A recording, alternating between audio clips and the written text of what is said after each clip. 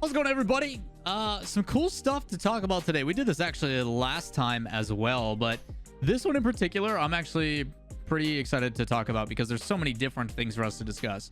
For those that don't know, the last time that Rocket League World Championships existed, or happened, I should say, was back in December of 2019. We were in Madrid, Spain. I was still part of the RLCS broadcast crew. NRG lifted a trophy. It was kind of crazy. And by season 8, I mean season 9, I mean season 8. Now that I think about it. Season 8 World Championships in Madrid, Spain. December 13th, 2019 was the start. Ended on the 15th. NRG, Garrett finally lifted that trophy. A lot of really cool moments overall. But that was the last time we had a World Championship. It was well over 2 years ago, 2.5 years-ish.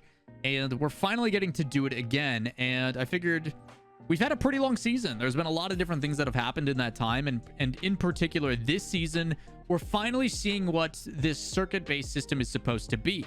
We're finally starting to see the fruits of labor of let's switch the format. Let's have regionals build into majors build into a world championship. And we're actually going to get to attend. For anybody who wasn't there in LA, it was something special. London was even cooler. It feels good that Rocket League is back, officially, in the vision that they've had for it is happening. This World Championship is going to be nuts. It's the longest event we've ever had in Rocket League history. Never in the history of Rocket League have we had an event longer than 5 days, and this one is double that. It's a lot. Obviously, only 1,000 people are allowed to attend in earlier, but I figured because we've had such a long season and a bunch of different things going on, I figured let's bring up some really cool stats in regards to it. These are done in 2 ways. Number one, just from deep diving and taking a look at Liquipedia. Shout outs to them, because without them, we would all be lost when it comes to Rocket League esports, whether it be scheduling or otherwise. And also dRekt, the official statistician, has provided some cool ones as well upon request. So we're going to start and kind of take you down and go through the overall conversation with it. So the first thing, in Rocket League, there has been over $25 million in total prize money awarded through esports tournaments. And in 2022 alone, that has surpassed $8 million just this year. And it's not even August. There's been over $8 million provided to the RLCS just this year. Pretty crazy. This prize pool in general for RLCS 2021-2022 is $6 million. Obviously, we just saw Riyadh with Saudi Arabia at Gamers 8 give away $2 million, so that kind of cheats the system considering it's a fourth of the total. But that doesn't matter. It's still a lot of money. So pretty cool stuff there. In Season 8 Worlds, the last time that we had a live event, Season 8 Worlds, it was 3 days long. There was 12 teams in 4 different regions. There was 21 series played, 16 best of 5s, and 5 best of 7s. And the total prize pool was $529,500. For 2022 Worlds, 3 years later, it is 10 days long. It is 24 teams, 7 regions, and 60. And I repeat, 60. Almost triple the amount of series played. 33 best of 5s and 27 best of 7s. There is more best of 7s played than the entirety of all of last time we had a World Championship, by 6 series. And then there's still another 33 best of 5s on top of that. Shoutouts to Swizz. 3 formats within 1 format. Pretty crazy. It's actually insane. Don't forget the prize pool. It's $2,085,000. Just a quick 2 mil plus. No big deal. No big deal. It's fine. We're entering a new era of Rocket League, everybody. I think it's pretty impressive. So, time to look at some of the fun stuff and the specifics with graphics and everything else that come to be. Again, thanks to Liquipedia for putting this stuff out. I think this stuff is really interesting, and if you guys don't watch Liquipedia or check out their website or their Twitter, please do so. I'll have links in the description. But first and foremost, there's 24 teams that are going to be in attendance, and ages vary. I think it's always interesting to see how things have been skewed based upon the age demographics. Kansas City Pioneers will again be the youngest to play, with Moist being the second, and the Pirates, actually, from SSA, are the oldest. If we take a look more specifically, this seems pretty common. Obviously, you have some young teams. Liquid isn't there to really skew it in their favor, but overall, you can see that the age group is as expected. Nobody really older than 23. There's a couple of standouts. I think one of the players is 25. We'll get to that in particular, but overall, pretty standard spread. Our players can start at 15 compared to other esports regions. So there's a couple that you see here and there, but you look at the teams that have been around for a really long time, some of the veterans and stuff. G2's been around for a long time. Energy's been around for a long time. Renegades has been together for a while. Some of those players are a little bit older. Endpoint in particular with Metzenaris. Metzenaris, I think, is only like 23, but he's been playing since season 2. They qualified in season 3, I think, for the first time officially. You have players like Turbo in the 4-time. Like, it's pretty crazy. Oh yeah, Skill Steal. Skill Steal is 25. He also just hit like top 100, I think. Really impressive. Really impressive stuff. So that's your average ages. And you think about it, like you even see from MTX in the replies, like it's insane to me that you look at NRG and how long they've been playing this game. You look at how long Garrett's been involved since season 1. Squishy's been around for a really long time as well. Obviously, Cloud9 run with Iris and everything and Muffin Men was like 2017. And then Justin came in season 5. So you look at how long their team has been around, and their average age group is still only 21. Makes me feel really old. That's nothing new in the scene. So crazy stuff. Up next, fun fact with NRG. NRG is the only roster in the World Championship where all the players have played at Worlds at least once before. And we're not talking like RLCS lands, we're talking World Championships. They're the only team where all 3 players are land vets, which is pretty crazy. The other 23 teams have at least one Worlds debutant on their team. The only thing that I have with this is out of the 23 teams have one Worlds. Like the way that all these are playing out, that experience to me just hasn't really made a difference. These young kids coming in seem to be more confident than they've ever been. And the only time I saw it go against that statement, I think, was actually in London. London felt like the more defensive, the little bit more like sitting back and letting people make mistakes kind of playstyle really came to effect. I think the mental is just such a huge thing now. Some lane experience I think matters in the big moments. You can take a look at like certain teams like V1. Like I don't think if V1 did make top 6 in winter, I don't think they would have made top 3 in spring. Like they were in a situation that was pretty rough, and I don't think they progress through if they don't do that beforehand. So yeah, it's pretty crazy. Crazy seeing the results. I think experience matters to a certain extent, but having some veterans to be able to like coach you through that, or people that have been there. You even hear with like Reddles in their comm video that came out, like as immediately after the kickoff that they conceded, like the ability to channel back in and focus and like rally the team and stuff. I think that comes from being a LAN experience. I think it's really important. So cool stuff there. Up next, 10 oldest players. We talked at youngest teams to oldest teams. Let's take a look at the players old and young. The oldest players, looking at the other side, 10 oldest players. And for once, it's not CJ. CJ no longer the oldest player in attendance. Skill Steal from Orlando Pirates is 25. Going to be the oldest person making his debut, which I think is really awesome. So congratulations to him. Still got CJ as the old man. Ironically enough, I'm doing a talk show tonight with CJ and Lachlan. And for some reason, they just wanted to make my hair gray. I don't know why. They're just like, hey, I know the coloring on this is interesting, but like, what the heck, guys? Rude. But they did give CJ like a weird robot arm. So like, take that. And for all we know, I'm not even wearing a shirt in the car. No one knows. I'll never tell. Some of these make a lot of sense. Torment obviously was one of the only World Championship winners that was at the Spring Major. But you're seeing the demographic. The demographic over in the some of the newer regions is a little bit older. Really hope that they can all attend. No visa issues. Did see the club's new logo. Looks sick. Up next, here's the youngest players. Of course, Baby Dan, still the youngest, rightfully so. The only one who challenges that is Liquid, and everybody else. Again, you just look at the years that they were born, and you're just like, God, that hurts. Knight, Vatira, KV1, I'm excited to see play. They haven't updated the logo yet because this tweet is a little bit older. Next, 51 players. 51. It will be their first ever World Championship. Again, there's a difference between attending a LAN and attending a World Championship, especially a World Championship at this caliber. Understand that in the past, teams would play, what, 15, 16 series. They would play through league play where they played either 8 or 10 matches. They then went into a playoff bracket for seeding. Winners of that top 4 then go to the World Championship. That was it. And now you look at how many matches they play per season. I mean, we're talking in the hundreds. Like, it's nuts. So, a lot of new faces. Out of 72 players, 51 of them will be attending their first World Championship with the biggest prize pool we've ever seen. To put in perspective, I showed you guys this one. All right, talked about this one, the prize pool difference, right? The prize pool for first place is just shy of this. It's 500K for winning. No, it's 600K.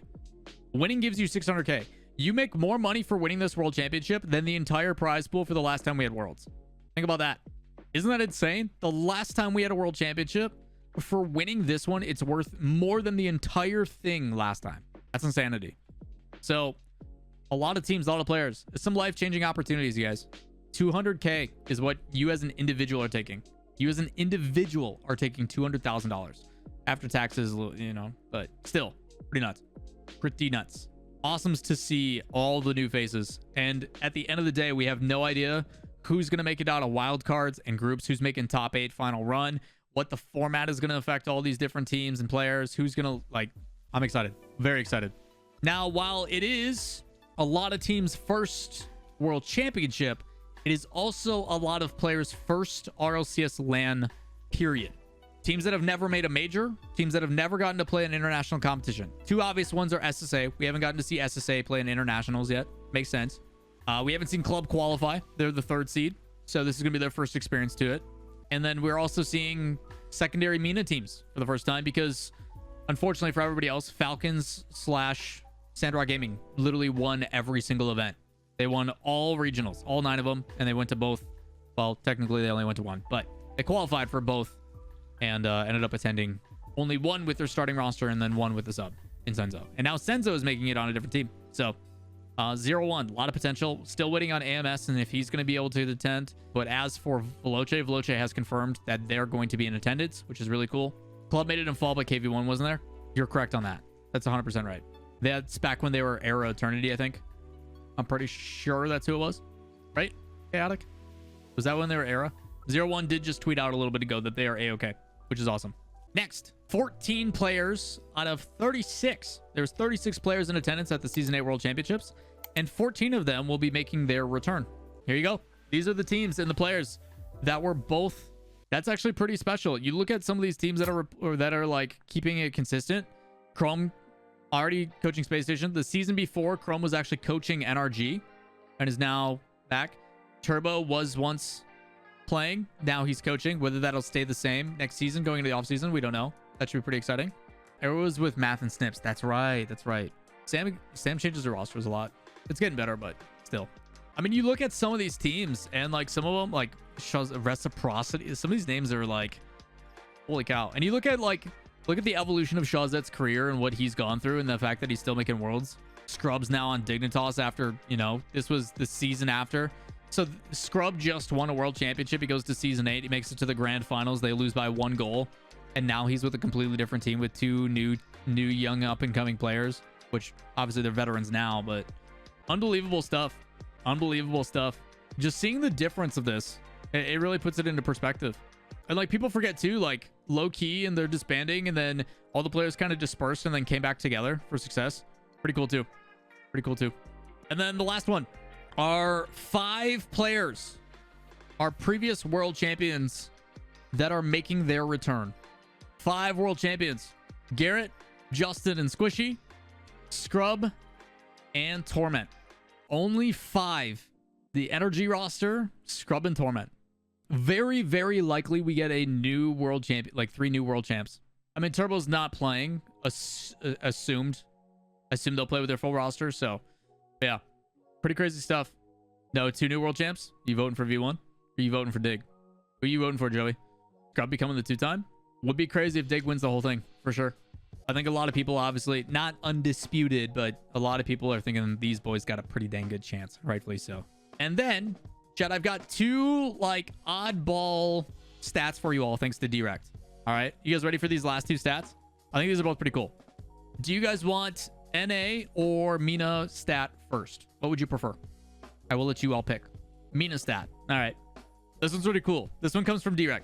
From the first series played in Fall Regional 1, so we're talking in the very first regional, the very first event for MENA, to the second series in Spring Regional 3. So you're talking the very first Fall Regional, the very beginning of the season, all the way till Spring Regional 3, which just happened in the second series. Team Falcons were only outshot by their opponents 1 time. Once. That's it. Think about how long this season has gone. And you go through every regional, all the majors, all that kind of stuff. From fall to spring regional 3 series 2, they were outshot once. And ironically enough, it gets crazier. Ironically enough, it was by a team Falcons beat 3-0. Like, Falcons swept this team, but this other team outshot them. And it was a team that only made one regional. Like, what? Raptors Esports in the first series of Winter Regional 1 outshot Falcons, where they got swept 3-0. And it was the only regional they ever made. The other time it happened, right? It did happen twice, but the other time they got outshot was when Veloce beat them in the third series of Spring Regional 3. In Spring Regional 3, Veloce in their third series held Falcons to only 2 goals. So it happened twice throughout the entire season during regionals, but it only happened once before the second series of Regional 3 of Spring. All right, you guys ready for the NA stat? This one I think is pretty crazy. In regards to the meta and the evolution of what Rocket League has become, obviously offense and everything else is super important. And dRekt then informed me of this. At the spring major, so the most recent major, V1, the entire event, was pretty low in their shots per game as a team. They ended up finishing with only 5.52 shots per game. So he decided to deep dive that stat. He's like, yo, shots per game for V1's pretty low at the spring major. What's the general consensus for teams that average less than 6 shots per game? What is efficiency versus like consistent pressure, sustained pressure, all that kind of stuff? 87.2% of the time when a team averages 6 or less shots, they finish last in an event or second last. V1 got top 3. Okay. That makes sense. 87% of the time, if you average less than 6 shots a game, you lose. Pretty much. Only 12 times did a team finish top 8 and once third. The lone third was Putum from Regional 1 of RLCS X in South America. It just shows how strong their defense really is. There's some moments when you watch defense on V1 and you're like pooping your pants, you're prairie dogging a little bit, and then it turns into a counterattack and it's an open net. Like, it is definitely part of their game plan, which is crazy because the V1 I watched, their defense was abysmal in the early days. So let me rephrase again.